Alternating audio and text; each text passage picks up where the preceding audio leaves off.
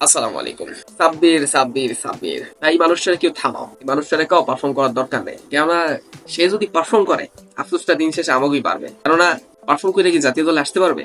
দিন শেষে তো এই প্রশ্নটা থেকেই যাবে। দিন শেষে তো ওই শান্ত টান্ত ওরাই জাতীয় দল আটকে বয়ে থাকবে। সাব্বির মতো প্লেয়াররা যতই পারফর্ম করবে কোনো লাভ হবে না। হবে আমরা রেখো, আমার তো মনে হয় না কোনো লাভ হবে। তো ডিপিএল তো ফাটাইতে আছে, চরম লেভেলের ফাটাইতে আছে। বিপিএল ফাটানোর পর এবার দায়িত্ব নিয়েছে ডিপিএল ফাটানোর। আমরা জানতাম টি-20 দিয়ে সে এখন ভালো খেলে বা ভালো খেলবে সামনে, কিন্তু সে আমাদের সবাইকে প্রমাণ করে দিচ্ছে। সে ওয়ানডেতে যেভাবে বলারদের নাকানি সুপানি খাওয়াইতেছে অবিশ্বাস্য। দলের ক্যাপ্টেনদের যেটা দায়িত্ব সামনে থেকে নেতৃত্ব দেওয়ার, সেটাই করতেছে।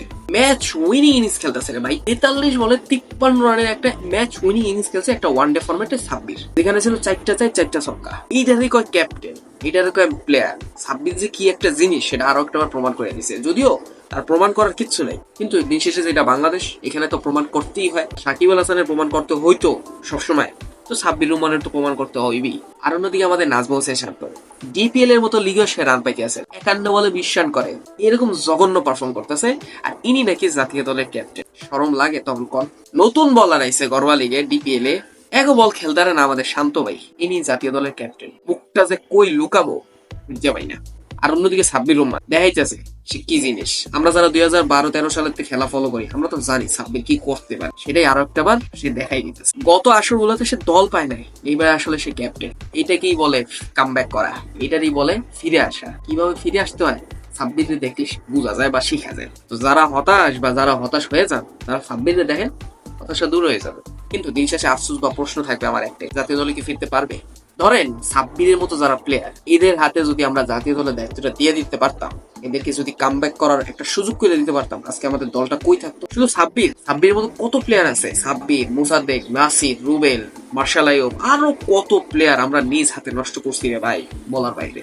যদি এই শান্ত টাইপের পোলাদের হাতে দায়িত্ব না দিয়া আমরা এদের হাতে দায়িত্ব দিয়ে দিতাম, এরা খেলতে থাকতো আর অন্যদিক থেকে নতুন প্লেয়ার প্রডিউস হতে থাকতো। চিন্তা করেন আমাদের দলটা আজকে কই থাকতো। কিন্তু না, আমরা নিয়ে এসেছি নাজমুল হোসেন শান্ত, দ্য লর্ড শান্ত, যে ব্যাটিং এর ক খ ঘ এ বি সি ডি কিছুই পারে না। তার হাতে সমস্ত দায়িত্ব তুলে দিচ্ছে। সে জানে না সংবাদ সম্মেলন কিভাবে হ্যান্ডেল করতে হয়। চ্যাম্পিয়ন্স ট্রফি খেলতে যাওয়ার আগে সে সংবাদ সম্মেলনে এসে বলে আমরা চ্যাম্পিয়ন হওয়ার লক্ষ্যে যাইতেছি। চ্যাম্পিয়ন্স ট্রফির ব্যর্থতা শেষে সে সংবাদ সম্মেলনে এসে বলে আমরা এখান থেকে অনেক শিক্ষা পেয়েছি, এখানে আমাদের অনেক কিছু শিখার ছিল, আমরা শিখতে পারছি, ইনশাল্লাহ সামনে এটা কাজে লাগাবো। কথার কোনো আগামাতা খুঁজে পাইছে? এইটা আমাদের ক্যাপ্টেন, এদের হাতে আমরা দায়িত্বটা দিয়ে দিচ্ছি। আর সাব্বিরদের মতো প্লেয়ারদেরকে আমরা কোনো সম্মান দেই না, কোনো কিছু দিই না। 2 বছর আগে তো তারা কোনো দলও নিতে চায় না। এই হচ্ছে আমাদের বাংলাদেশের অবস্থা।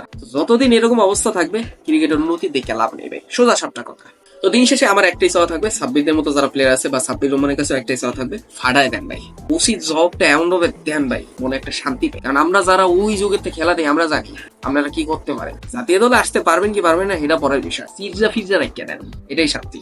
তারপর দেখি নির্বাচক প্যানেল কি করে।